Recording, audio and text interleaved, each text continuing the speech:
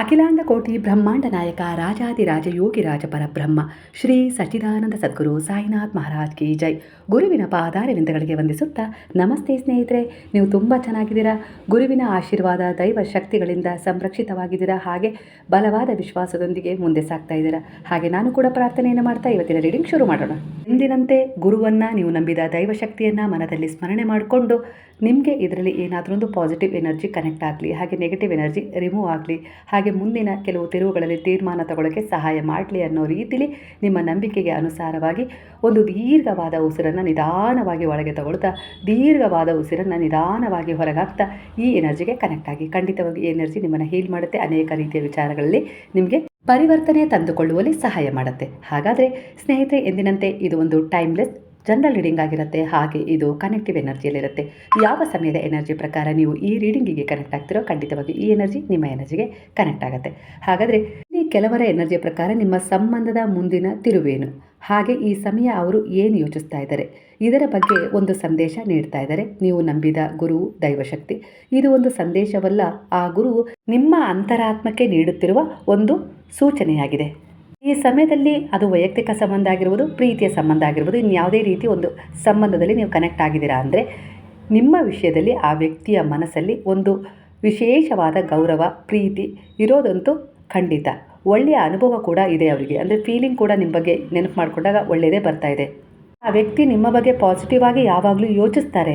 ಈಗ ಈ ಸಮಯದ ಎನರ್ಜಿ ಪ್ರಕಾರ ಆ ವ್ಯಕ್ತಿಯ ಮನಸ್ಸಿನಲ್ಲಿ ಒಂದು ಅಪರಾಧ ಪ್ರಜ್ಞೆ ಕಾಡ್ತಾ ಇದೆ. ನಾನು ಅವರನ್ನು ಉಪಯೋಗಿಸ್ಕೊಂಡ, ಅವರು ನನ್ನ ಮೇಲೆ ಎಷ್ಟು ಭರವಸೆ ಇಟ್ಟಿದ್ರು, ನನ್ನನ್ನು ಎಷ್ಟು ಪ್ರೀತಿ ಮಾಡ್ತಾಯಿದ್ರು, ನನ್ನ ಮೇಲೆ ಅವರಿಗೆ ಎಷ್ಟು ನಂಬಿಕೆ ಇತ್ತು, ಅದಕ್ಕೆ ನಾನು ಅರ್ಹನಾ, ಇಂತಹ ಭಾವನೆ ಅವರ ಮನಸ್ಸಲ್ಲಿ ಈಗ ಮೂಡ್ತಾ ಇದೆ.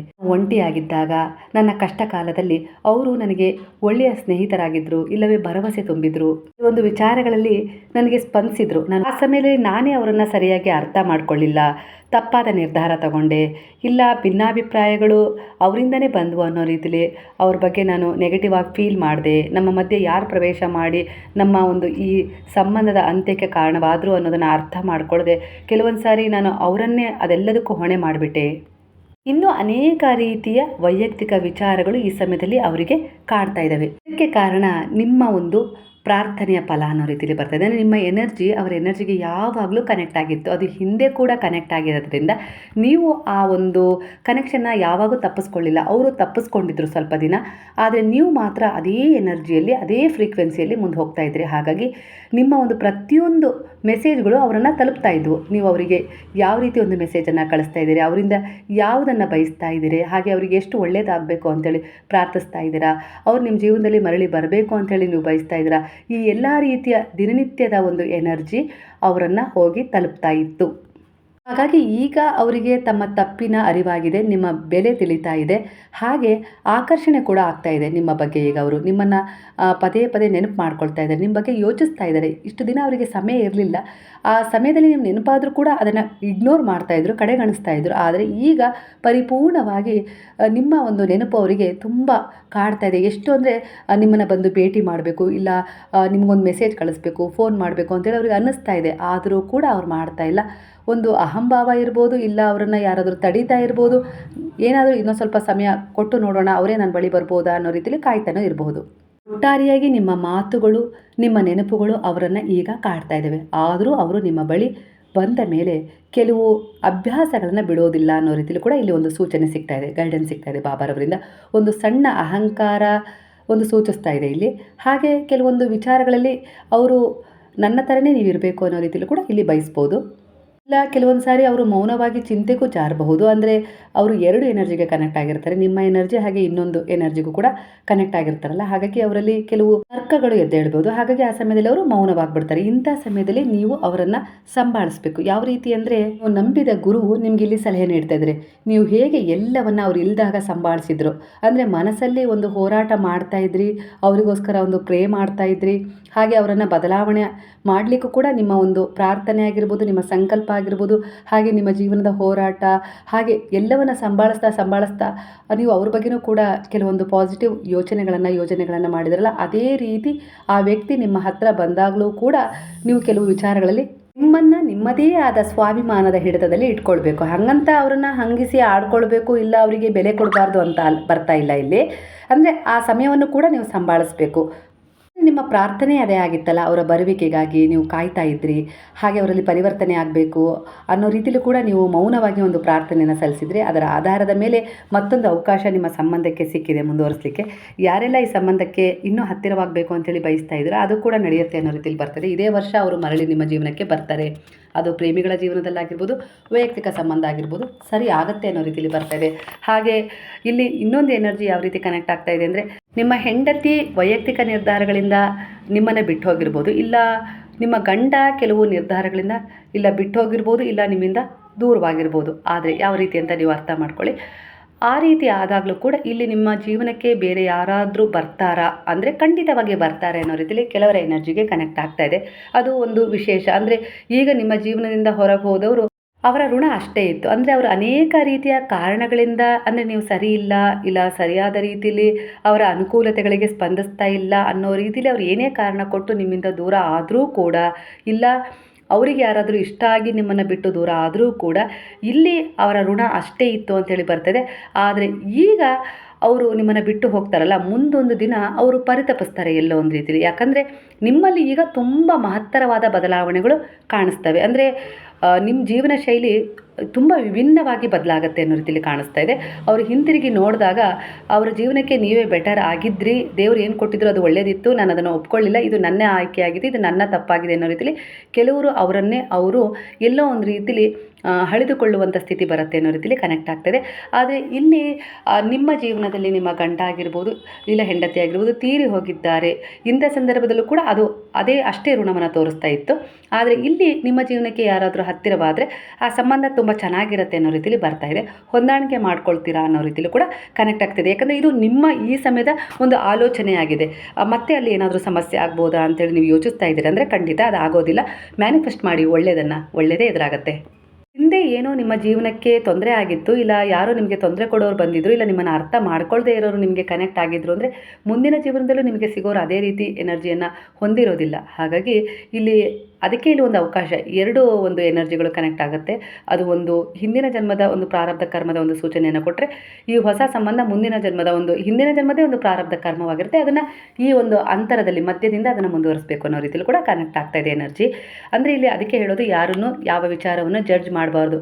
ನಮ್ಮ ಕೈಗೆ ನಿಲುಕದ ಎಷ್ಟೋ ಶಕ್ತಿಗಳಿವೆ, ಹಾಗೆ ಕೆಲವು ವಿಚಾರಗಳಿವೆ, ಕೆಲವು ಕರ್ಮಗಳಿವೆ. ಅದರ ಆಧಾರದ ಮೇಲೆಯೇ ಇಲ್ಲಿ ಕರ್ಮಗಳು ನಮಗೆ ಫಲಿತಾಂಶವನ್ನು ಸಮಯಕ್ಕೆ ಕೊಡ್ತಾ ಇರ್ತವೆ. ಹಾಗಾಗಿ ಇಲ್ಲಿ ಯಾರನ್ನೂ ಕೂಡ ಆಡಿಕೊಳ್ಳೋದು ಬೇಡ, ಹಾಗೆ ಜಡ್ಜ್ ಮಾಡೋದು ಬೇಡ. ಯಾರ ಯೋಗ್ಯತೆಯನ್ನು ಅಳೆಯುವಷ್ಟು ಶಕ್ತಿ ನಮಗಿರೋದಿಲ್ಲ. ಆದರೆ ಭಗವಂತನ ಶರಣದಲ್ಲಿ ನಾವು ಶರಣಾಗಿರೋದ್ರಿಂದ ನಮ್ಮ ವೈಯಕ್ತಿಕ ಕೆಲವು ವಿಚಾರಗಳನ್ನು ಸುಧಾರಣೆ ಮಾಡ್ಕೊಳ್ಳೋಕ್ಕೆ ಅವರು ಅವಕಾಶ ಖಂಡಿತ ಕೊಡ್ತಾರೆ. ಯಾಕಂದರೆ ನೀವು ಆಯ್ಕೆ ಮಾಡ್ಕೊಂಡಿರೋದು ಗುರುವನ್ನು, ಭಗವಂತನನ್ನು. ಖಂಡಿತ ಅವರು ನಿಮ್ಮನ್ನು ಕೈ ಬಿಡೋದಿಲ್ಲ ಅನ್ನೋ ರೀತಿಯಲ್ಲಿ ಬರ್ತಾ ಇದೆ. ಇಂಥ ಸಮಯದಲ್ಲಿ ಯಾರೋ ಏನೋ ಅಂದ್ಕೊಳ್ತಾರೆ ಅನ್ನೋ ರೀತಿಯಲ್ಲಿ ನೀವು ಯೋಚಿಸ್ತಾ ಕೂರಬಾರ್ದು. ಜೀವನ ಹೇಗೆ ನಿಮಗೆ ಕೆಲವೊಂದು ವಿಚಾರಗಳನ್ನು ಹತ್ತಿರ ತರುತ್ತೋ ಆ ವಿಚಾರಗಳೊಂದಿಗೆ ನೀವು ಮುಂದೆ ಸಾಗೋದನ್ನು ಕಲಿಬೇಕು. ಹಿಂದೆ ಜನ ಏನೋ ಅಂದ್ಕೊಳ್ತಾ ಇದ್ದಾರೆ ಅಂತ ಹೇಳಿ ನೀವು ನಿಂತು ಬಿಟ್ಟರೆ ಅಲ್ಲಿ ಲಾಸ್ ಆಗೋದು ನಿಮಗೆ, ಜನರಿಗಲ್ಲ. ಹಾಗಾಗಿ ಎಲ್ಲೋ ಒಂದು ರೀತಿಯಲ್ಲಿ ಅವರು ಕುಗ್ಗಿಸುವ ಪ್ರಯತ್ನ ಮಾಡ್ತಾ ಇರ್ತಾರೆ. ನೀವು ಕುಗ್ಬೇಡಿ. ನಿಮ್ಮ ಜೀವನದ ಉದ್ದೇಶ ಹಾಗೆ ನಿಮ್ಮ ಆತ್ಮದ ಉದ್ದೇಶ ಬೇರೆದೇ ರೀತಿಯಲ್ಲಿ ನಿಮಗೆ ಒಂದು ಒಳ್ಳೆಯದನ್ನು ಆಯ್ಕೆ ಮಾಡಿಕೊಡ್ತಾ ಇದೆ. ಅದರ ಮೇಲೆ ನಂಬಿಕೆ ಇಟ್ಟು ಮುಂದೆ ಹೋಗಿ ಅನ್ನೋ ರೀತಿಯಲ್ಲಿ ಬರ್ತಾ ಇದೆ. ಕೆಲವೊಮ್ಮೆ ಜೀವನದಲ್ಲಿ ನಂಬಿಕೆ ಕಡಿಮೆ ಆಗೋದು ಸಹಜ. ಆದರೆ ಅದು ನಿಮ್ಮ ಕಥೆ ಅಂತ್ಯವಲ್ಲ, ಅದು ಒಂದು ಹೊಸ ಆರಂಭದ ಸೂಚನೆ ಅನ್ನೋ ರೀತಿಯಲ್ಲಿ ಇಲ್ಲಿ ಬಾಬಾ ಹೇಳ್ತಾ ಇದ್ದಾರೆ. ನಿಮಗೆ ಧೈರ್ಯ ಮತ್ತು ಭರವಸೆ ಕೊಡುವ ಎಲ್ಲ ಸೂಚನೆಗಳು ನಿಮ್ಮ ಸುತ್ತ ಮುತ್ತ ಪ್ರವಹಿಸ್ತಾ ಇದ್ದಾವೆ. ಇದು ಕಾರಣದ ಶಕ್ತಿಯ ಆಶೀರ್ವಾದ, ನೀವು ಮಾಡಿದ ಸಹಾಯದ ಆಶೀರ್ವಾದ, ಹಾಗೆ ಹಿಂದಿನ ಜನ್ಮದ ಪ್ರಾರಬ್ಧ ಕರ್ಮವನ್ನು ಕೂಡ ಇಲ್ಲಿ ಸೂಚಿಸ್ತಾ ಇದೆ. ಹಾಗೆ ಜೀವನದಲ್ಲಿ ಕೆಲವು ಸಮಯಗಳು ಬರ್ತವೆ, ಎಲ್ಲವೂ ಮುಗಿದಂತೆ ನಿಮಗೆ ಅನ್ನಿಸ್ತಾ ಇದೆ, ನಿಮ್ಮ ಮೇಲೆ ಈಗ ಯಾರಿಗೂ ನಂಬಿಕೆ ಇಲ್ಲ ಅಂತ ಹೇಳಿ ನಿಮಗೆ ಅನ್ನಿಸ್ತಾ ಇರ್ಬೋದು. ನಿಮ್ಮ ಕನಸುಗಳು ದೂರ ಹೋಗಿರುವಂತೆ ನಿಮಗೆ ಕಾಣಿಸ್ತಾ ಇರ್ಬೋದು. ಆದರೆ ಒಂದು ಸತ್ಯವನ್ನು ನೆನಪಿಡಿ ಅನ್ನೋ ರೀತಿಯಲ್ಲಿ ಬಾಬಾ ಭರವಸೆಯನ್ನು ಕೊಡ್ತಾ ಇದ್ದಾರೆ. ಇಂದು ನೀವು ಅನುಭವಿಸುತ್ತಿರುವ ಈ ಕಷ್ಟಗಳು ನಾಳೆ ನಿಮ್ಮ ಶಕ್ತಿಯ ಕಥೆಯಾಗ್ತವೆ. ಯಾರಿಗಾದರೂ ನೀವು ಪ್ರೇರಣೆಯಾಗಿ ನಿಲ್ತೀರಾ? ವಿಶೇಷವಾದ ಗೌರವ, ಸ್ಥಾನ, ಮಾನ, ಒಂದು ಜೀವನ ಬೇಕು ಅಂಥೇಳಿ ಬಯಸ್ತಾ ಇದ್ದೀರಾ ಅಂದರೆ ಅದು ಅಷ್ಟು ಸರಾಗವಾಗಿ ಸಿಗೋದಿಲ್ಲ. ಅದ್ರ ಹಿಂದೆ ಕೆಲವು ನೆನಪಿನ ಕಥೆಗಳಿರಬೇಕು. ಹಾಗೆ ಈ ಕಷ್ಟ, ದುಃಖ, ಸಮಸ್ಯೆಗಳು ನಿಮಗೆ ನಿಮ್ಮ ಜೀವನದ ಒಂದು ಪ್ರೇರಣೆಯ ಹಿಂದಿನ ಕಥೆಗಳಾಗಿರ್ತವೆ ಅಷ್ಟೇ. ಹೇಳ್ತಾರಲ್ವಾ, ಪ್ರತಿ ದೊಡ್ಡ ಸಾಧನೆಯ ಹಿಂದೆ ಒಂದು ನೋವು, ಒಂದು ಹೋರಾಟ ಇರುತ್ತೆ ಅಂತೇಳಿ. ಆ ಹೋರಾಟ ನಿಮ್ಮನ್ನು ದುರ್ಬಲ ಮಾಡಲ್ಲ, ಅದು ನಿಮ್ಮನ್ನು ಬಲಿಷ್ಠ ಮಾಡುತ್ತೆ. ಛಲದಿಂದ ನಿಮ್ಮ ಆತ್ಮದ ಉದ್ದೇಶ ಏನಿರುತ್ತಲ್ಲ ಅದನ್ನು ಪೂರ್ಣಗೊಳಿಸ್ಕೊಳ್ಳೋಕ್ಕೆ ಈ ತಿರುವುಗಳು ನಿಮ್ಮ ಜೀವನದಲ್ಲಿ ನಿಮ್ಮನ್ನು ಬಲಪಡಿಸ್ತಾ ಇದ್ದಾವೆ. ಹಾಗೆ ಅಂದ್ಕೊಳ್ಳಿ, ಜೀವನದಲ್ಲಿ ಮುಂದೆ ಸಾಗಿ. ನೀವು ಹಿಂದಿಗೆ ಕುಗ್ಗಿದ್ರೂ ಪರವಾಗಿಲ್ಲ, ಆದರೆ ನಿಲ್ಲಬೇಡಿ. ಒಂದು ಚಿಕ್ಕ ಭರವಸೆ ಹೆಜ್ಜೆ ಏನಾದರೂ ನೀವು ಮುಂದೆ ಇಡಲೇಬೇಕು. ಆ ಹೆಜ್ಜೆಯೇ ಗುರುವಿನ ಒಂದು ಹೆಜ್ಜೆಗೆ ನಿಮ್ಮನ್ನು ಸಮೀಪವಾಗುವಂತೆ ಮಾಡುತ್ತೆ. ಆಗ ನಿಮ್ಮ ಜೀವನದಲ್ಲಿ ಇನ್ನೂ ತುಂಬ ಸುಂದರ ದಿನಗಳು ಬಾಕಿ ಇವೆ ಅನ್ನುವ ಒಂದು ಭರವಸೆಯ ಬೆಳಕು ನಿಮಗೆ ಸಿಗುತ್ತೆ. ಅದು ಸಹಾಯದ ರೂಪದಲ್ಲಾಗಿರ್ಬೋದು, ಇಲ್ಲ ಒಂದು ಪರಿವರ್ತನೆಯ ರೂಪದಲ್ಲಾಗಿರ್ಬೋದು, ಒಂದು ಅವಕಾಶದ ರೂಪದಲ್ಲಾಗಿರ್ಬೋದು. ಅಯ್ಯೋ, ನಾನು ಹೇಗೆ ಅಂದ್ಕೊಂಡ್ಬಿಟ್ಟಿದ್ನಲ್ಲ, ನನ್ನ ಜೀವನ ಅಂತ್ಯ ಆಗಿ ಹೋಗ್ಬಿಡ್ತು ಅವ್ರು ಬಿಟ್ಟು ಹೋದ ನಂತರ, ಇಲ್ಲ ಯಾವುದೋ ಒಂದು ವಸ್ತುವನ್ನು ಕಳೆದುಕೊಂಡ ನಂತರ, ಇಲ್ಲ ನಿಮ್ಮ ಜೀವನ ಶೈಲಿ ಬದಲಾದ ನಂತರ ನಾನು ಯಾವೆಲ್ಲ ರೀತಿಯಲ್ಲಿ ಕುಗ್ಗಿ ಹೋಗ್ಬಿಟ್ಟಿದ್ನಲ್ಲ, ಜೀವನನೇ ಮುಗೀತು ಅಂತೇಳಿ. ಆದರೆ ಇಷ್ಟೊಂದು ಸುಂದರ ನನ್ನ ಜೀವನ ಇತ್ತು ಮುಂದೆ ಅನ್ನೋದನ್ನು ನನಗೆ ಪರಿಚಯ ಮಾಡಿಕೊಟ್ರು ನನ್ನ ಗುರು ಅನ್ನೋ ರೀತಿಯಲ್ಲಿ ನೀವೇ ಕೃತಜ್ಞತೆಯನ್ನು ಆ ಗುರುವಿಗೆ ತಲುಪಿಸ್ತೀರಾ ಅನ್ನೋ ರೀತಿಯಲ್ಲಿ ಕೂಡ ಇಲ್ಲಿ ಎನರ್ಜಿ ಕನೆಕ್ಟ್ ಆಗ್ತಿದೆ. ನೀವು ಅನುಭವಿಸಿದ ನೋವಿನ ಕಡೆ ನೀವೇ ಕೆಲವೊಮ್ಮೆ ನೋಡ್ತಾ, ಇಲ್ಲ ನೆನಪು ಮಾಡ್ಕೊಳ್ತಾ, ಅವೇ ನೋವುಗಳು, ಅವೇ ವಂಚನೆಗಳು, ಅವೇ ಮೋಸ, ಅವೇ ನಿಂದನೆ, ಅದೇ ಒಂದು ಅಂಧಕಾರ ನನ್ನನ್ನು ಇಲ್ಲಿ ತಂದು ನಿಲ್ಲಿಸ್ತು ಅಂಥೇಳಿ ನೀವು ಹೆಮ್ಮೆಯಿಂದ ಹೇಳ್ತೀರಾ. ಅವೆಲ್ಲ ನನ್ನ ಜೀವನದಲ್ಲಿ ಬರಲಿಲ್ಲ ಅಂದಿದ್ರೆ ನಾನು ಖಂಡಿತವಾಗಿಯೂ ನನ್ನ ಆತ್ಮದ ಉದ್ದೇಶವನ್ನು ಮರೆತು ಅದಕ್ಕಷ್ಟೇ ಸೀಮಿತ ಆಗಿಬಿಡ್ತಿದ್ದೆ. ಆದರೆ ಗುರುವಿನ ಆಶ್ರಯದಲ್ಲಿ ಬಂದ ಮೇಲೆ ನನ್ನನ್ನು ಗುರುವು ಮಾರ್ಗದರ್ಶನ ಮಾಡಿ, ಇಷ್ಟಕ್ಕೆ ಅಷ್ಟೇ ಅಲ್ಲ ನಿನ್ನ ಜೀವನ ಸೀಮಿತ, ಇದಕ್ಕಿಂತ ಅದ್ಭುತವಾದದ್ದನ್ನು, ವಿಶೇಷವಾದದ್ದನ್ನು ನಿನ್ನ ಭಾಗ್ಯದಲ್ಲಿ ನೀನು ಪಡ್ಕೊಂಡು ಬಂದಿದೆಯಾ. ಅದಕ್ಕೆ ಕೆಲವು ಬ್ಲಾಕೇಜ್ಗಳು ಉಂಟಾಗಿದ್ದಾವೆ. ಆ ಬ್ಲಾಕೇಜ್ಗಳು ಕೆಲವೊಂದು ವಿಚಾರಗಳಿಗೆ ನೀನು ಅಂಟಿಕೊಂಡಿರೋದ್ರಿಂದ, ಇಲ್ಲ ಅನಿವಾರ್ಯತೆಗಳನ್ನು ಒಪ್ಕೊಂಡು ಜೀವನ ಮಾಡ್ತಾ ಇರೋದ್ರಿಂದ ಅವುಗಳು ನಿನ್ನನ್ನು ಈ ರೀತಿಯಾಗಿ ಅದುಮಿ ಹಿಡಿದಿದ್ದಾವೆ. ಹಾಗಾಗಿ ನೀನು ಅವುಗಳನ್ನು ಸ್ವಲ್ಪ ಎದುರಿಸಿ ನಿಂತಾಗ ಖಂಡಿತ ನಿನ್ನ ಆತ್ಮದ ಉದ್ದೇಶ ಏನಿದೆ ಅನ್ನೋದು ನಿನಗೆ ಸ್ಪಷ್ಟವಾಗುತ್ತೆ. ಆ ವಿಚಾರದಲ್ಲಿ ನೀನು ಗುರಿ ತಲುಪುತ್ತೀಯ. ಹಾಗೆ ನಿನ್ನನ್ನು ಕೆಲವರು ಏನು ಆಡಿಕೊಂಡಿದ್ರಲ್ಲ, ಅವರೇ ನಿನ್ನ ಪ್ರೇರಣೆ ಬೇಕು ಅನ್ನೋ ರೀತಿಲಿ ನಿನ್ನನ್ನು ಪ್ರೇರಣೆಯಾಗಿ ತಗೊಳ್ತಾರೆ ಅನ್ನೋ ರೀತಿಲಿ ಕೂಡ ವಿಚಾರ ಬರ್ತದೆ. ಅಲ್ಲಿಗೆ ನಿಮ್ಮ ಸಾಧನೆ ಏನು ಅಂತೇಳಿ ನಿಮಗೆ ಈಗಾಗಲೇ ಗೊತ್ತಾಗಿದೆ. ಕೆಲವರು ನಿಮಗೆ ತುಂಬ ನೋವು ಕೊಟ್ಟಿದ್ದರು, ತುಂಬ ಹಿಂಸೆ ಕೊಟ್ಟಿದ್ದರು. ಆ ಹಿಂಸೆ, ಆ ನೋವು ನಿಮ್ಮನ್ನು ಇವತ್ತು ಈ ಪರಿವರ್ತನೆಗೆ ತಂದು ನಿಲ್ಲಿಸಿದೆ. ಹಾಗಾಗಿ ಕೆಲವೊಂದು ವಿಚಾರಗಳನ್ನು ಕ್ಷಮೆ ಕೊಟ್ಟು ಅವ್ರನ್ನ ಇಗ್ನೋರ್ ಮಾಡಿ ಜೀವನದಲ್ಲಿ ಮುಂದೆ ಹೋಗಬೇಕು. ಆ ನೆನಪುಗಳು ನಿಮಗೆ ಕೆಲವೊಂದು ಸಾರಿ ಮತ್ತೊಂದು ಪ್ರೇರಣೆ ನೀಡಬೇಕೇ ವಿನಃ ನಿಮ್ಮನ್ನು ಕುಗ್ಗಿಸುವಂತ ಆಗಬಾರ್ದು ಅನ್ನೋ ರೀತಿಯಲ್ಲಿ ಬಾಬಾ ನಿಮಗೆ ಒಂದು ಬ್ಲೆಸ್ಸಿಂಗನ್ನು ಕೊಡ್ತಾ ಇದ್ದಾರೆ. ಅಂದ್ಕೊಂಡಿರ್ಬೋದು ನನ್ನ ಹಣೆಯ ಬರಹ ಮೊದಲೇ ಬರೆದಾಗಿದೆ ಅಂತೇಳಿ. ಖಂಡಿತ ಕೆಲವೊಂದು ಸಾರಿ ನಿಮ್ಮ ಜೀವನದ ಕತೆ ಇನ್ನೂ ಬರೆಯಲಾಗ್ತಾ ಇರುತ್ತೆ. ಅದು ನಿಮ್ಮ ದಿನನಿತ್ಯದ ಕರ್ಮದ ಮೇಲೆ ಆಧಾರವಾಗಿರುತ್ತೆ. ಹಾಗಾಗಿ ಇಲ್ಲಿ ನೀವು ಇನ್ನೂ ಸಾಧಿಸಬೇಕಾದ ಸಾಧನೆ ಇನ್ನೂ ಮುಂದೆ ಇದೆ. ನಿಮ್ಮ ಇವತ್ತಿನ ಕರ್ಮ ಹೇಗಿರುತ್ತೋ ಅದು ನಿಮ್ಮ ನಾಳೆಯ ಜೀವನ ಭವಿಷ್ಯವನ್ನು ರೂಪಿಸಿಕೊಡುತ್ತೆ ಅನ್ನೋ ರೀತಿಯಲ್ಲಿ ಗುರು ಎಚ್ಚರಿಸ್ತಾ ಇದ್ದಾರೆ. ಇದು ಅವರ ಉಪದೇಶವಾಗಿದೆ. ಇದರಲ್ಲಿ ನಂಬಿಕೆ ಇಟ್ಟರೆ ಖಂಡಿತವಾಗಿಯೂ ನಿಮ್ಮ ಹಣೆ ಬರಹ ಇದೆ ಅಲ್ಲ, ಅದನ್ನು ಬಾಬಾ ಬದಲಾಯಿಸಿ ಬರಿಬಹುದು ಅನ್ನೋ ರೀತಿಯಲ್ಲೂ ಕೂಡ ಇಲ್ಲಿ ವಿಶ್ವಾಸ ಮೂಡಿಸ್ತಾ ಇದ್ದಾರೆ. ಅಂದರೆ ದಿನನಿತ್ಯದ ಕರ್ಮದ ಆಧಾರದ ಮೇಲೆಯೇ ನಿನ್ನ ಹಣೆಯ ಬರಹ ಬರೆಯಲಾಗತ್ತೆ ಅನ್ನೋ ರೀತಿಯಲ್ಲಿ ಬಾಬಾ ಎಚ್ಚರಿಸ್ತಾ ಇದ್ದಾರೆ. ಆದ್ದರಿಂದ ಹಣೆ ಬರಹದಲ್ಲಿ ಇಷ್ಟೇ ಇರೋದು ಅನ್ನೋ ರೀತಿಯಲ್ಲಿ ಒಪ್ಕೊಬೇಡಿ, ಮುಂದೆ ಹೋಗಿ ಅನ್ನೋ ರೀತಿಯಲ್ಲಿ ಬಾಬಾ ಹೇಳ್ತಾ ಇದ್ದಾರೆ. ಆದ್ದರಿಂದ ಇಂದು ನಿಮ್ಮ ಮನಸ್ಸಿಗೆ ನೀವು ಹೇಳಿ, ನಾನು ಸೋತಿಲ್ಲ, ನಾನು ಕಲಿತಾ ಇದ್ದೀನಿ, ನಾನು ನಿಲ್ಲೋದಿಲ್ಲ, ನಾನು ಮುಂದೆ ಹೋಗ್ತಾ ಇದ್ದೀನಿ. ದೇವರು ನಿಮ್ಮ ಪ್ರಯಾಣವನ್ನು ನೋಡ್ತಾ ಇದ್ದಾರೆ. ಸರಿಯಾದ ಸಮಯದಲ್ಲಿ ನಿಮ್ಮ ಶ್ರಮಕ್ಕೆ ಫಲ ಖಂಡಿತವಾಗಿಯೂ ಕೊಡ್ತಾರೆ ಅನ್ನೋ ರೀತಿಯಲ್ಲಿ ಬರ್ತದೆ. ನಂಬಿಕೆಯನ್ನು ಯಾವತ್ತಿಗೂ ಬಿಡಬೇಡಿ. ನೀವು ಈ ಲೋಕಕ್ಕೆ ಕಾರಣವಿಲ್ಲದೆ ಬಂದಿಲ್ಲ. ನಿಮ್ಮ ಜೀವನದಲ್ಲಿ ಒಂದು ವಿಶೇಷವಾದ ಉದ್ದೇಶ ಹೊಂದೇ ನೀವು ಈ ಜನ್ಮವನ್ನು ಆಯ್ಕೆ ಮಾಡ್ಕೊಂಡಿರ್ತೀರಾ. ಇಲ್ಲಿ ನಿಮಗೆ ಸರಿಯಾದ ಒಂದು ಗೈಡೆನ್ಸ್ ಸಿಗ್ತಾ ಇರೋದಿಲ್ಲ. ಆದರೆ ಈಗ ಆ ಕೊರಗೂ ಕೂಡ ನೀಗಿದೆ. ಅಂದರೆ ಇಲ್ಲಿ ಗುರು ಇಲ್ಲ ನಿಮ್ಮನ್ನು ಆಯ್ಕೆ ಮಾಡ್ಕೊಂಡಿದ್ದಾರೆ, ಇಲ್ಲ ನೀವೇ ಗುರುವನ್ನು ಆಯ್ಕೆ ಮಾಡ್ಕೊಂಡಿದ್ದೀರಾ ಅನ್ನೋ ರೀತಿಯಲ್ಲಿ ಇದ್ದೀರಾ ಅಂದರೆ ಖಂಡಿತ ಇಲ್ಲಿ ನೀವು ಆಯ್ಕೆ ಮಾಡ್ಕೊಂಡಿಲ್ಲ, ಆ ಗುರುವೇ ನಿಮ್ಮನ್ನು ಆಯ್ಕೆ ಮಾಡಿಕೊಂಡು ನಿಮಗೆ ಅನೇಕ ರೀತಿಯ ಸೋಲ್ ಎನರ್ಜಿಗಳನ್ನು ಕನೆಕ್ಟ್ ಮಾಡ್ತಾ ಇದ್ದಾರೆ. ಅದು ಸಹಾಯದ ಮೂಲಕ ಆಗಿರ್ಬೋದು, ಕೆಲವು ಹೊರಗೆ ಹೋಗ್ಬೋದು, ಕೆಲವರು ನಿಮ್ಮ ಜೀವನಕ್ಕೆ ಬರ್ಬೋದು. ಈ ರೀತಿಯಾಗಿ ಪರಿವರ್ತನೆ ತರ್ತಾ ಇದ್ದಾರೆ. ಅಂದರೆ ಇಲ್ಲಿ ನಿಮ್ಮ ಜೀವನ ಒಂದು ಒಳ್ಳೆಯ ರೀತಿಯಲ್ಲಿ ಇನ್ನೊಬ್ಬರಿಗೆ ಪ್ರೇರಣೆಯಾಗಿ ನಿಲ್ಲುತ್ತೆ ಅನ್ನೋ ರೀತಿಯಲ್ಲಿ ಒಂದು ಸೂಚನೆ ಕೂಡ ಇಲ್ಲಿ ಸಿಗ್ತಾ ಇದೆ. ಜೀವನದಲ್ಲಿ ಒಂದು ಸಂತಾನ ಆಗಿರ್ಬೋದು, ಮನಃಶಾಂತಿ ಆಗಿರ್ಬೋದು, ಪ್ರೀತಿ ಆಗಿರ್ಬೋದು, ಮತ್ತು ಒಳ್ಳೆಯ ಜೀವನ ಬೇಕೆನ್ನುವ ಆಸೆ ಪ್ರತಿಯೊಬ್ಬರಿಗೂ ಇರುತ್ತೆ. ಅದೇ ಆಸೆಗಳು ನಿಮಗೂ ಇವೆ. ಆದರೆ ಕೆಲವೊಮ್ಮೆ ಹಳೆಯ ಕರ್ಮ, ನಕಾರಾತ್ಮಕ ಅನುಭವಗಳು ಅಥವಾ ಮನಸ್ಸಿನ ಭಯಗಳಿಂದ ನಿಮ್ಮ ಜೀವನ ನಿಧಾನವಾಗಿ ಸಾಗುತ್ತಿರುವಂತೆ ಅನ್ನಿಸ್ತಾ ಇದೆ. ಆದರೆ ಆಧ್ಯಾತ್ಮಿಕವಾಗಿ ಕೆಲವು ಸರಳ ಮಾರ್ಗಗಳನ್ನು ನೀವು ಅನುಸರಿಸ್ತಾ ಇರೋದ್ರಿಂದ ನಿಮ್ಮ ಎನರ್ಜಿ ಶುದ್ಧವಾಗ್ತಾ ಜೀವನದಲ್ಲಿ ಉತ್ತಮ ಬದಲಾವಣೆಯನ್ನು ನೀವು ಕಾಣ್ತಾ ಇದ್ದೀರಾ ಅನ್ನೋ ರೀತಿಯಲ್ಲೂ ಕೂಡ ಇಲ್ಲಿ ಒಂದು ಕರ್ಮದ ಎನರ್ಜಿ ಕನೆಕ್ಟ್ ಆಗ್ತಾ ಇದೆ. ಕೆಲವು ನಿಮ್ಮ ದೋಷಗಳನ್ನು ಹಾಗೆ ಕೆಲವು ಕರ್ಮಗಳನ್ನು ಶುದ್ಧವಾಗಿಸಿಕೊಳ್ಳಲು ದಾನ ನಿಮ್ಮ ಜೀವನಕ್ಕೆ ದೊಡ್ಡ ಮಾರ್ಗ ಅನ್ನೋ ರೀತಿಯಲ್ಲಿ ಬಾಬಾ ಸೂಚಿಸ್ತಾ ಇದ್ದಾರೆ. ಇವುಗಳಿಂದ ಜೀವನದಲ್ಲಿ ಸಕಾರಾತ್ಮಕ ಎನರ್ಜಿ ಹೆಚ್ಚುತ್ತೆ. ನಿಮ್ಮ ಮೇಲೆ ನಿಮಗೆ ಭರವಸೆ ಹೆಚ್ಚಾಗುತ್ತೆ. ಹಾಗೆ ಆಧ್ಯಾತ್ಮಿಕವಾಗಿ, ದೈಹಿಕವಾಗಿ, ಮಾನಸಿಕವಾಗಿ ನಿಮ್ಮಲ್ಲಿ ಒಂದು ಮೆಚೂರಿಟಿ ಬರುತ್ತೆ ಅನ್ನೋ ರೀತಿಯಲ್ಲಿ ಕೂಡ ಇಲ್ಲಿ ಒಂದು ಸೂಚನೆ ನಿಮಗೆ ಸಿಗ್ತಾ ಇದೆ. ನಿಮ್ಮ ಜೀವನದಲ್ಲಿ ಸಮೃದ್ಧಿ ಮತ್ತು ಒಳ್ಳೆಯ ಜೀವನ ಬರಲು 3 ವಿಷಯಗಳ ಕಡೆ ನೀವು ಗಮನ ಕೊಡಬೇಕು ಅನ್ನೋ ರೀತಿಯಲ್ಲಿ ಇಲ್ಲಿ ಗುರುವು ನಿಮಗೆ ಹೇಳ್ತಾ ಇದ್ದಾರೆ. ಪ್ರತಿದಿನ ನಿಮ್ಮ ಜೀವನದಲ್ಲಿ ಇರುವ ಸಣ್ಣ ಪುಟ್ಟ ಒಳ್ಳೆಯ ವಿಷಯಗಳಿಗೆ ಧನ್ಯವಾದವನ್ನು ಹೇಳಬೇಕು ನೀವು. ಇದು ಮನಸ್ಸಿನ ಎನರ್ಜಿಯನ್ನು ಬದಲಾಯಿಸುತ್ತೆ. ಹಾಗೆ ಪ್ರತಿದಿನ ಎಂಥದ್ದೇ ಒಂದು ನಕಾರಾತ್ಮಕ ವಿಚಾರಗಳಾಗಿರಲಿ, ಅಂಥ ಜನರುಗಳಾಗಿರಲಿ ನಿಮಗೆ ಕನೆಕ್ಟ್ ಆಗಿದ್ರೂ ಕೂಡ ಸಕಾರಾತ್ಮಕ ಮಾತುಗಳು ಪ್ರತಿದಿನ ನಿಮ್ಮ ಮನಸ್ಸಿಗೆ ನೀವು ಹೇಳ್ಕೊಳ್ಬೇಕು. ನಿಮ್ಮಲ್ಲೇ ಹೀಲ್ ಮಾಡಿಕೊಳ್ಳುವ ಒಂದು ಧೈರ್ಯ, ಆತ್ಮವಿಶ್ವಾಸ ಹೆಚ್ಚಿದೆ ಅಂತ ಶಕ್ತಿ ನಿಮ್ಮಲ್ಲಿದೆ ಅನ್ನೋ ರೀತಿಯಲ್ಲಿ ಇಲ್ಲಿ ನಿಮಗೆ ಮತ್ತೊಂದು ಸೂಚನೆ ಬಾಬಾ ಕೊಡ್ತಾ ಇದ್ದಾರೆ. ನಿಮ್ಮ ಜೀವನದಲ್ಲಿ ಖಂಡಿತ ನೀವು ಬಯಸಿದ ಸಮೃದ್ಧಿ ಬರ್ತಾ ಇದೆ. ನಿಮ್ಮ ಕುಟುಂಬದಲ್ಲಿ ಸಂತೋಷ ಮತ್ತು ಆಶೀರ್ವಾದ ಹೆಚ್ಚುತ್ತಾ ಇದೆ. ಹಾಗಾಗಿ ಹೊಸ ಒಂದು ಉಡುಗೊರೆಯಾಗಿರ್ಬೋದು, ಇಲ್ಲ ಒಂದು ಆಶೀರ್ವಾದದ ರೂಪದಲ್ಲಿ ನಿಮ್ಮ ಒಂದು ಇಚ್ಛೆ ಪೂರ್ಣಗೊಳ್ಳೋದಾಗಿರ್ಬೋದು ನಡೀತಾ ಇದೆ. ಹಾಗೆ ದೇವರ ಹಾಗೆ ಗುರುವಿನ ಆಶೀರ್ವಾದದಲ್ಲಿ ನೀವು ಸುರಕ್ಷಿತವಾಗಿದ್ದೀರಾ ಅನ್ನೋ ರೀತಿಯಲ್ಲಿ ಕೂಡ ಇಲ್ಲಿ ಎನರ್ಜಿ ಕನೆಕ್ಟ್ ಆಗ್ತದೆ. ಮನೆ ಅಷ್ಟೇ ಅಲ್ಲ, ಮನಸ್ಸು ಕೂಡ ಸ್ವಚ್ಛವಾಗಿರಬೇಕು. ಆಗಲೇ ನಿಮಗೆ ಆ ಮನೆಯಲ್ಲಿ ಶಾಂತಿ, ನೆಮ್ಮದಿ ಸಿಗೋದು. ಅದಕ್ಕೆ ಏನು ಬೇಕೋ ಆ ರೀತಿಯ ಒಂದು ವಿಚಾರಗಳನ್ನು ನೀವು ತಗೊಳ್ಳಿ ಅನ್ನೋ ರೀತಿಯಲ್ಲಿ ಬರ್ತಾ ಇದೆ. ನಿಮ್ಮ ಜೀವನದಲ್ಲಿ ಈಗ ನಡೆಯುತ್ತಿರುವ ವಿಳಂಬ ಅಥವಾ ಕಷ್ಟಗಳು ಶಾಶ್ವತವಲ್ಲ. ನಿಮ್ಮ ಒಳ್ಳೆಯ ಮನಸ್ಸು ನಿಮ್ಮ ಒಂದು ಒಳ್ಳೆಯ ಕರ್ಮದ ದಾರಿಯನ್ನು ನಿಧಾನವಾಗಿ ತೆರಿತಾ ಇರ್ಬೋದು. ಆದರೆ ಸಣ್ಣ ಸಣ್ಣ ಒಳ್ಳೆಯ ಕಾರ್ಯಗಳು ಮತ್ತು ಪ್ರಾರ್ಥನೆಗಳು ನಿಮ್ಮ ಭವಿಷ್ಯವನ್ನೇ ಬದಲಾಯಿಸ್ತಾ ಇದ್ದೇವೆ ಅನ್ನೋ ರೀತಿಯಲ್ಲಿ ಕೂಡ ಇಲ್ಲಿ ಎನರ್ಜಿ ಕನೆಕ್ಟ್ ಆಗ್ತಾ ಇದೆ. ನಿಮ್ಮ ಹಣಕಾಸಿನ ಬೆಳವಣಿಗೆ ಒಬ್ಬರೇ ಮಾಡುವ ಪ್ರಯತ್ನದಿಂದ ಅಲ್ಲ, ಅದಕ್ಕೆ ಒಂದು ಸಹಕಾರ ಬೇಕು ಅನ್ನೋ ರೀತಿಯಲ್ಲಿ ಕಾಣಿಸ್ತಾ ಇದೆ. ಅಂದರೆ ನೀವು ಇನ್ನೂ ಕಲಿಯೋದಿದೆ, ಅದರಿಂದ ನಿಮಗೆ ಅನೇಕ ರೀತಿಯ ಹಣಕಾಸಿನಲ್ಲಿ ಬೆಳವಣಿಗೆ ಆಗತ್ತೆ ಅನ್ನೋ ರೀತಿ ಇದು ನಿಮ್ಮ ಈಗಿನ ಚಿಂತೆಗೆ ಪರಿಹಾರವಾಗಿದೆ.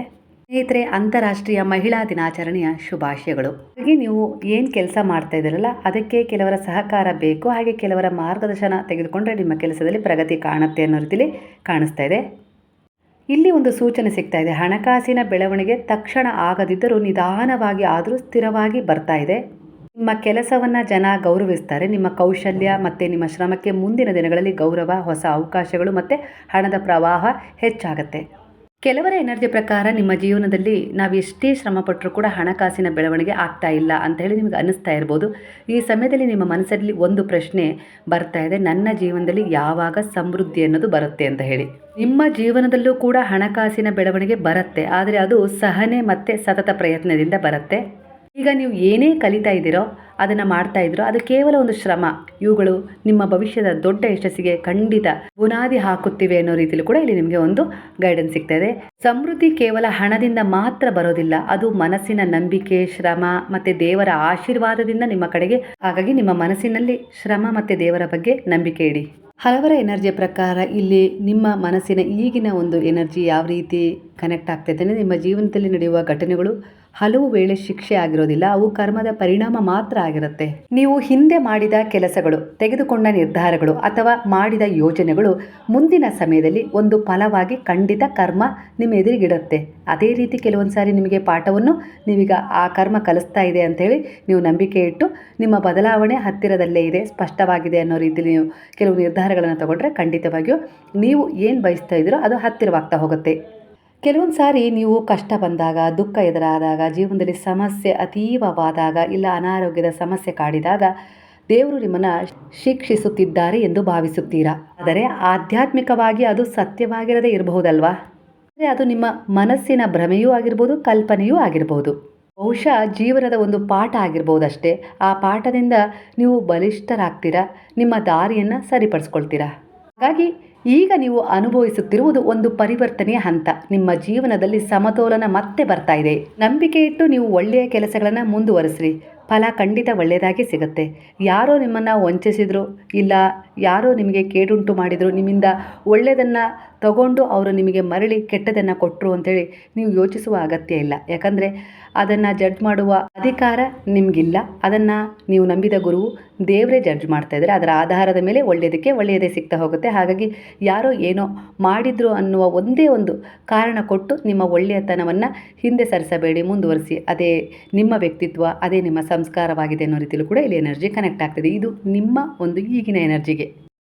ಯಾರೋ ನಿಮ್ಮ ನೆಮ್ಮದಿಯ ರಾತ್ರಿಯ ನಿದ್ದೆಯನ್ನು ಕದೀತಾ ಇದ್ದಾರೆ. ಯಾಕಂದರೆ ಅವರು ನಿಮ್ಮ ಬಗ್ಗೆ ಬೇರೆಯವರ ಹತ್ರ ಮಾತನಾಡಿರ್ಬೋದು, ಅಂದರೆ ಇಲ್ಲ ಸಲ್ಲದ ಮಾತುಗಳನ್ನು ಆಡಿರ್ಬೋದು, ಇಲ್ಲ ನಿಮ್ಮ ದೃಢ ವಿಶ್ವಾಸ, ನಿರ್ಧಾರ ಕಂಡು ನಿಮ್ಮ ಒಂದು ಒಳ್ಳೆಯ ಸಮಯದ ಆರಂಭವನ್ನು ಕಂಡು ಅವರು ಹೊಟ್ಟೆ ಕಿಚ್ಚು ಪಡ್ತಾ ಇರ್ಬೋದು. ನಿಮ್ಮ ಪ್ರತಿ ಹೆಜ್ಜೆಯನ್ನು ಅವರು ಎಲ್ಲೋ ಒಂದು ರೀತಿಯಲ್ಲಿ ತಡೀತಾ ಇದ್ದಾರೆ.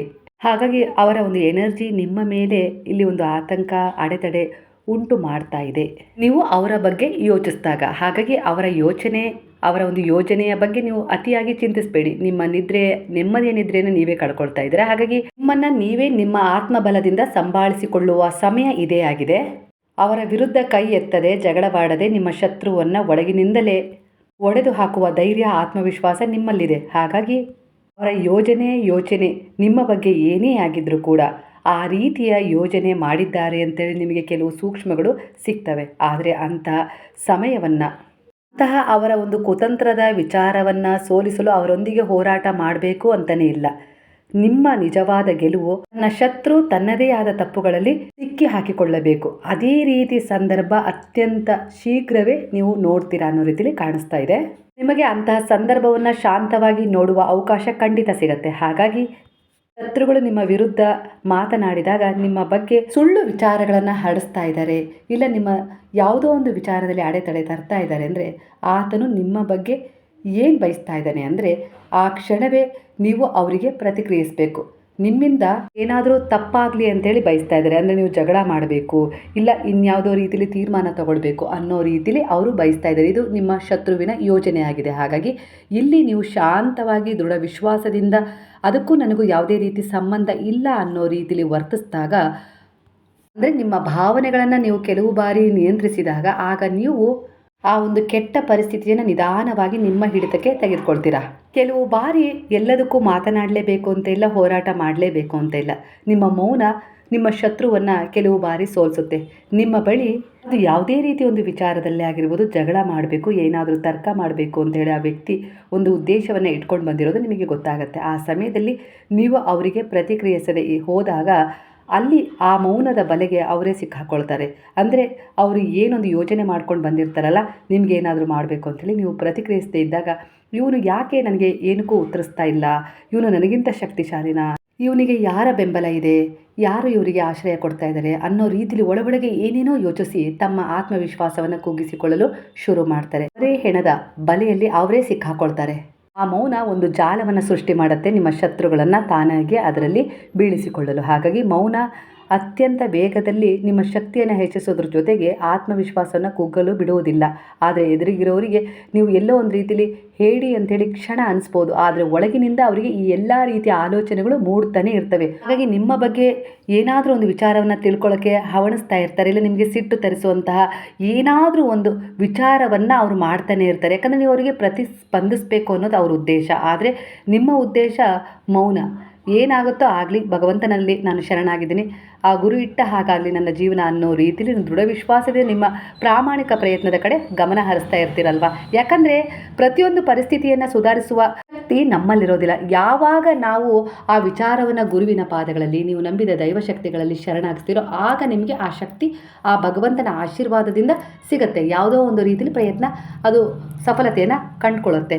ಅದೇ ರೀತಿ ಹಾಗಾಗಿ ಇಲ್ಲಿ ನಿಮ್ಮ ಮೌನಕ್ಕೂ ಶಕ್ತಿ ಇದೆ. ಆ ಮೌನದಲ್ಲಿ ನಿಮ್ಮ ಒಂದು ಉದ್ದೇಶ ಒಳಿತಿನಿಂದ ಕೂಡಿದಾಗ ಖಂಡಿತ ಗುರು ನಿಮಗೆ ಸಹಾಯ ಮಾಡ್ತಾರೆ ಅನ್ನೋ ರೀತಿಯಲ್ಲಿ ಕಾಣಿಸ್ತಾ ಇದೆ. ಖಂಡಿತ ನಿಮಗೆ ಒಳ್ಳೆಯದಾಗೇ ಆಗುತ್ತೆ. ಯಾರು ನಿಮ್ಮ ಬಗ್ಗೆ ಒಂದು ಕುತಂತ್ರ ನಡೆಸಿ ನಿಮ್ಮಿಂದ ಏನೋ ಕಿತ್ಕೊಂಡಿದ್ದಾರಲ್ಲ, ಅದು ನಿಮಗೆ ಸಮಯಕ್ಕೆ ಸರಿಯಾಗಿ ದಕ್ಕತ್ತೆ ಅನ್ನೋ ರೀತಿಯಲ್ಲಿ ಕಾಣಿಸ್ತಾ ಇದೆ ಎನರ್ಜಿ. ಯಾರೋ ನಿಮ್ಮಿಂದ ಏನೋ ಕಿತ್ಕೊಳ್ತಾ ಇದ್ದರೂ ಕೂಡ ನೀವು ಒಂದು ನಂಬಿಕೆಯಲ್ಲಿ ಖುಷಿಯಾಗಿದ್ದೀರಾ ಅನ್ನೋ ರೀತಿಯಲ್ಲಿ ಕೂಡ ಕಾಣಿಸ್ತಾ ಇದೆ. ನಿಮ್ಮ ಒಂದು ಕಲೆಯನ್ನು ಹೊರ ಹೊಮ್ಮಿಸ್ತಾ ಇದ್ದೀರಾ. ಅದು ಯಾರದ್ದೋ ಒಂದು ಸಹಾಯದ ಮೂಲಕ ಆಗಿರ್ಬೋದು, ಇಲ್ಲ ನಿಮ್ಮದೇ ಆತ್ಮವಿಶ್ವಾಸದ ಮೂಲಕ ನೀವು ನಿಮ್ಮಲ್ಲೇ ಇರುವ ಒಂದು ಪ್ಯಾಷನನ್ನು ಹೊರ ಹಾಕ್ತಾ ಇದ್ದೀರಾ. ಆ ಕಲೆ ನಿಮಗೆ ನಿಮ್ಮ ಜೀವನದಲ್ಲಿ ಸ್ವಾಭಿಮಾನದ ಜೊತೆ ಒಂದು ಒಳ್ಳೆಯ ಬದುಕನ್ನು ರಚಿಸಿಕೊಡುತ್ತೆ. ಇದು ಗುರುವಿನ ಆಶ್ರಯದಲ್ಲಿ ನೀವು ಬಂದ ಮೇಲೆ ನೀವು ಕಂಡುಕೊಂಡ ಆತ್ಮವಿಶ್ವಾಸದ ಒಂದು ನೆಲೆಯಾಗಿದೆ ಅನ್ನೋ ರೀತಿಯಲ್ಲಿ ಕಾಣಿಸ್ತಿದೆ. ಅಂದರೆ ಹಿಂದೆ ನೀವು ಕೆಲವೊಂದು ವಿಚಾರಗಳಲ್ಲಿ ತುಂಬ ಕೂಗ್ತಿದ್ರಿ, ಅಳ್ತಾ ಇದ್ರಿ, ಆದರೆ ಈಗ ಹಾಗಲ್ಲ. ಈಗ ನಿಮ್ಮ ಜೀವನದಲ್ಲಿ ಒಂದು ಭರವಸೆಯ ಕಿರಣವಾಗಿ ಬಾಬಾ ಬಂದಿದ್ದಾರೆ. ಪ್ರತಿಯೊಂದು ವಿಚಾರವನ್ನು ಅವರ ಪಾದಗಳಲ್ಲಿ ಸಮರ್ಪಣೆ ಮಾಡಿ ನೀವು ಮುಂದೆ ಹೋಗ್ತಾ ಇರೋದ್ರಿಂದ ನಿಮಗೆ ನಿಮ್ಮದೇ ಆದ ರೀತಿಯಲ್ಲಿ ಒಂದು ಗೌರವ ಸ್ಥಾನಮಾನ ಖಂಡಿತ ಸಿಗತ್ತೆ. ಬಾಬಾ ಹೇಳ್ತಾ ಇದ್ದಾರೆ, ನೀವು ಅನುಭವಿಸ್ತಾ ಇರುವ ಪ್ರತಿಯೊಂದು ನೋವು ಮತ್ತು ಗೊಂದಲ ನನಗೆ ಗೊತ್ತಿದೆ. ನಿಮ್ಮ ಹೃದಯದಲ್ಲಿ ಎಷ್ಟು ಪ್ರಶ್ನೆಗಳು ಇವೆ ಎಂಬುದನ್ನು ನಾನು ನೋಡ್ತಾ ಇದ್ದೀನಿ. ಭಯಪಡಬೇಡ, ನಿನ್ನ ಜೀವನದಲ್ಲಿ ನಡೆಯುತ್ತಿರುವ ಎಲ್ಲವೂ ವ್ಯರ್ಥ ಆಗೋದಿಲ್ಲ. ಕೆಲವೊಮ್ಮೆ ಆತ್ಮವನ್ನು ಬಲಿಷ್ಠವಾಗಿಸಲು ಜೀವನ ಕೆಲವು ಪರೀಕ್ಷೆಗಳನ್ನು ಕೊಡುತ್ತದೆ. ಆ ಪರೀಕ್ಷೆಗಳ ನಂತರವೇ ನಿಜವಾದ ಆಶೀರ್ವಾದಗಳು ನಿನಗೆ ಸಿಗುತ್ತೆ ಅನ್ನೋ ರೀತಿಯಲ್ಲಿ ಬಾಬಾ ಸೂಚಿಸ್ತಾ ಇದ್ದಾರೆ. ನಿಮ್ಮ ಮನಸ್ಸು ನೋವಿನಿಂದ ತುಂಬಿದ್ರು ನಿಮಗೂ ಮಗು ನಿನ್ನ ನಂಬಿಕೆಯನ್ನು ಕಳೆದುಕೊಳ್ಳಬೇಡ ಅನ್ನೋ ರೀತಿಯಲ್ಲಿ ಬಾಬಾ ಹೇಳ್ತಿದ್ದಾರೆ. ನೀವೀಗ ಆಧ್ಯಾತ್ಮಿಕ ದಾರಿಯಲ್ಲಿ ಒಂದು ಹೆಜ್ಜೆಯನ್ನು ಇಟ್ಟಿದ್ದೀರಾ ಅಂದರೆ ನಿಮ್ಮ ಜೀವನದಲ್ಲಿ ನಿಧಾನವಾಗಿ ಬದಲಾವಣೆಗಳು ಆರಂಭವಾಗಿದೆ. ಅದರ ಸೂಚನೆ ನಿಮಗೆ ಕನೆಕ್ಟ್ ಆಗ್ತಾ ಇದೆ. ನಿಮ್ಮ ಮನಸ್ಸು ಶುದ್ಧವಾಗ್ತಾ ಇದೆ. ನಿಮ್ಮ ಮನೆಯಲ್ಲಿರುವ ಭಯ ಮತ್ತು ನಕಾರಾತ್ಮಕತೆ ಕಡಿಮೆ ಆಗ್ತಾ ಇದೆ. ಮತ್ತು ದೇವರ ಕೃಪೆ ನಿಧಾನವಾಗಿ ನಿಮ್ಮ ಮನೆಯಲ್ಲಿ ಹರಿಲಿಕ್ಕೆ ಶುರುವಾಗಿದೆ ಅನ್ನೋ ರೀತಿಯಲ್ಲೂ ಕೂಡ ಕಾಣಿಸ್ತಾ ಇದೆ. ನೀವು ಸಂತಾನಕ್ಕಾಗಿ ಪ್ರಾರ್ಥಿಸ್ತಾ ಇದ್ದೀರಾ ಅಂದರೆ ನಿಮ್ಮ ಪ್ರಾರ್ಥನೆ ವ್ಯರ್ಥವಾಗಿಲ್ಲ ಅನ್ನೋ ರೀತಿಯಲ್ಲಿ ಬಾಬಾ ಒಂದು ಭರವಸೆಯನ್ನು ಕೊಡ್ತಾ ಇದ್ದಾರೆ. ಅವರ ಮಾತಿನ ಮೇಲೆ ನಂಬಿಕೆ ಇಡಿ. ಹಾಗೆ ಸರಿಯಾದ ಸಮಯದಲ್ಲಿ ನಿಮಗೆ ದೇವರ ಕೃಪೆಯಿಂದ ನಿಮ್ಮ ಜೀವನದಲ್ಲಿ ಹೊಸ ಸಂತೋಷ ಬರುತ್ತೆ. ನಿಮ್ಮ ಮನೆಗೆ ಶಾಂತಿ ಬರ್ತಾ ಇದೆ. ನಿಮ್ಮ ಕುಟುಂಬದಲ್ಲಿ ಪ್ರೀತಿ ಹೆಚ್ಚುತ್ತಾ ಇದೆ. ನಿಮ್ಮ ಜೀವನದಲ್ಲಿ ನೀವು ಅಂದ್ಕೊಂಡಿರುವ ಕೆಲವೊಂದು ಕನಸುಗಳನ್ನು ನೀವು ಸಾಕಾರಗೊಳಿಸ್ಕೊಂಡಿದ್ದೀರಾ. ಶ್ರದ್ಧಾ ಸಬೂರಿ ಇಡು. ನಿನ್ನ ಜೀವನದಲ್ಲಿ ಒಳ್ಳೆಯ ದಿನಗಳು ಖಂಡಿತ ಬರ್ತವೆ. ನಿನ್ನವರು ದೂರ ಆಗಿದ್ದಾರೆ ಅನ್ನೋ ರೀತಿಯಲ್ಲಿ ನೀನು ಅಂದ್ಕೊಂಡಿದೆಯಾ, ಆ ಭ್ರಮೆಯಲ್ಲಿ ಬದುಕಬೇಡ.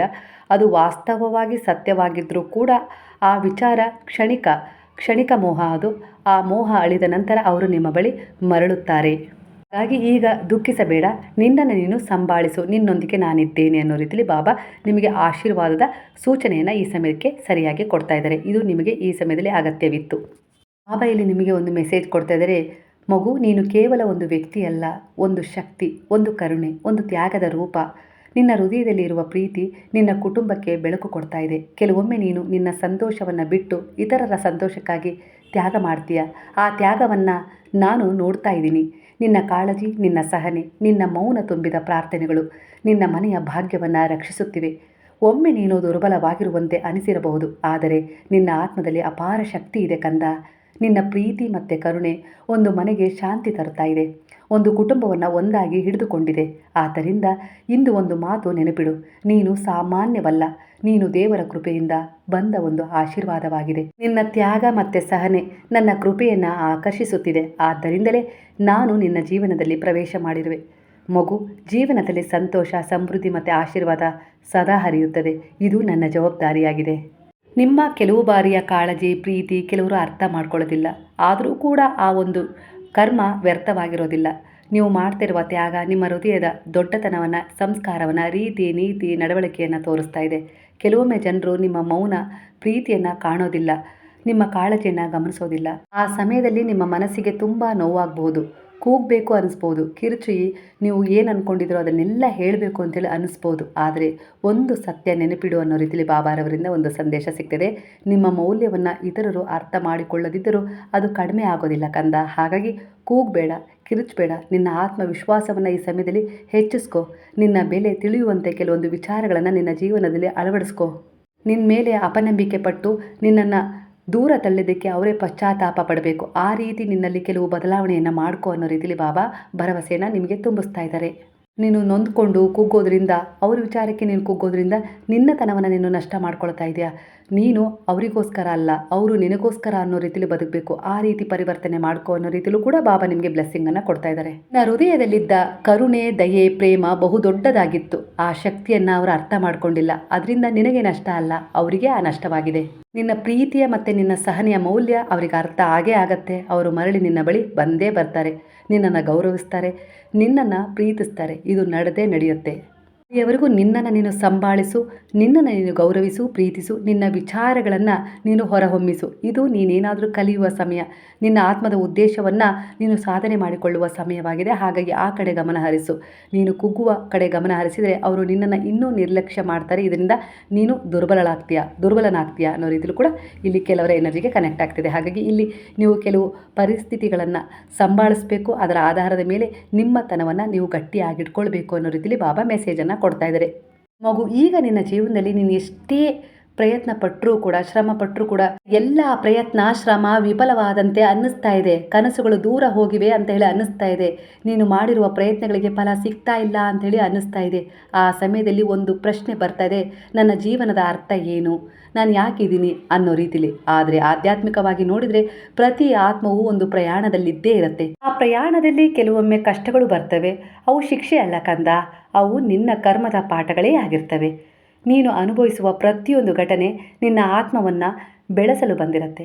ನೀನೀಗ ಅನುಭವಿಸುತ್ತಿರುವ ವಿಫಲತೆ ನಿನ್ನ ಜೀವನದ ಅಂತ್ಯ ಅಲ್ಲ, ಅದು ಒಂದು ಹೊಸ ಆರಂಭವನ್ನು ಸೂಚಿಸ್ತಾ ಇದೆ. ಒಮ್ಮೆ ಕೈಲಾಶ ಪರ್ವತದ ಬಗ್ಗೆ ಯೋಚಿಸು. ಅದು ಸಾವಿರಾರು ವರ್ಷಗಳಿಂದ ಹಿಮ, ಗಾಳಿ, ಮಳೆ ಎಲ್ಲವನ್ನ ಎದುರಿಸ್ತಾ ಇದೆ. ಆದರೂ ಅದು ಅಚಲವಾಗಿ ನಿಂತಿದೆ. ನಿನ್ನ ಜೀವನವು ಅದೇ ರೀತಿ ಇರಬೇಕು ಕಂದ. ಕಷ್ಟಗಳು ಬಂದಾಗ ಕುಸಿಯಬಾರದು. ಅವುಗಳನ್ನು ಎದುರಿಸಿ ಇನ್ನಷ್ಟು ಬಲಶಾಲಿಯಾಗಬೇಕು. ಕರ್ಮದ ನಿಯಮ ಬಹಳ ಸರಳ ಕಂದ. ನೀನು ಯಾವ ಶಕ್ತಿ ಈ ಲೋಕಕ್ಕೆ ಕೊಡ್ತೀಯೋ ಅದೇ ಶಕ್ತಿ ನಿನಗೆ ಮರಳಿ ಸಿಗತ್ತೆ. ಆದ್ದರಿಂದ ಜೀವನದಲ್ಲಿ ಒಳ್ಳೆಯ ಉದ್ದೇಶವನ್ನು ಇಟ್ಟುಕೊಂಡು ಸಾಗು. ಸಹಾಯ ಮಾಡುವ ಮನಸ್ಸು ಇಟ್ಟುಕೋ. ಸತ್ಯ ಮತ್ತು ಧರ್ಮದ ದಾರಿಯಲ್ಲಿ ನಡೆ. ಆಗ ನಿನ್ನ ಜೊತೆ ನಾನು, ಅಂದರೆ ಈ ಬ್ರಹ್ಮಾಂಡದ ಶಕ್ತಿಗಳಿರುತ್ತವೆ. ಭರವಸೆಯ ಸಂದೇಶ ಈ ಸಮಯದಲ್ಲಿ ಬಾಬಾ ನಿಮಗೆ ಕೊಡ್ತಾ ಇದ್ದಾರೆ. ಈಗಿನ ಎನರ್ಜಿಯ ಪ್ರಕಾರ ಪ್ರತಿದಿನ ಒಂದು ಹೊಸ ಪಾಠ ಕಲೀಲಿಕ್ಕೆ ಸಿಕ್ಕೇ ಸಿಗತ್ತೆ. ಪ್ರತಿದಿನ ನಿನ್ನ ಮನಸ್ಸು ಶುದ್ಧಗೊಳಿಸ್ತಾನೆ ಹೋಗಬೇಕು. ಜೀವನ ಒಂದು ಸ್ಪರ್ಧೆ ಅಂತೇಳಿ ನೀನು ಅನ್ಕೊಳ್ತೀಯ ಕೆಲವು ಬಾರಿ, ಆದರೆ ಅದು ಒಂದು ಆಧ್ಯಾತ್ಮಿಕ ಪ್ರಯಾಣ ಕಂದ ಅನ್ನೋ ರೀತಿಯಲ್ಲಿ ಬಾಬಾ ಹೇಳ್ತಿದ್ದಾರೆ. ನಿಮ್ಮ ಆತ್ಮ ಈ ಲೋಕಕ್ಕೆ ಒಂದು ಕಾರಣಕ್ಕಾಗಿಯೇ ಬಂದಿದೆ. ಆ ಕಾರಣವನ್ನು ಹುಡುಕು. ನಿನ್ನ ಶಕ್ತಿಯನ್ನು ನಂಬಿ. ಆ ಕಾರಣವನ್ನು ಹುಡುಕದಿದ್ದಾಗ ನಿನಗೆ ಕೆಲವು ಪರಿಸ್ಥಿತಿಗಳು ಆ ಕಾರಣವನ್ನು ಹುಡುಕುವಂತೆ ಮಾಡ್ತವೆ. ನಿನಗೆ ನೋವು ಕೊಟ್ಟಾಗಿರ್ಬೋದು, ಇಲ್ಲ ಕೆಲವು ಪರಿವರ್ತನೆಗಳನ್ನು, ಇಲ್ಲ ನೀನು ಅಂಟಿಕೊಂಡ ವಿಚಾರಗಳನ್ನು ಬಿಡಿಸುವ ಮೂಲಕ, ಅವರು ದೂರ ಹೋಗುವ ಮೂಲಕ ನಿನ್ನ ಆತ್ಮದ ಉದ್ದೇಶವನ್ನು ನಿನಗೆ ತಿಳಿಸುವ ಪ್ರಯತ್ನವನ್ನು ಕೂಡ ಮಾಡ್ತವೆ ಅನ್ನೋ ರೀತಿಯಲ್ಲಿ ಬಾಬಾ ಹೇಳ್ತಿದ್ರೆ.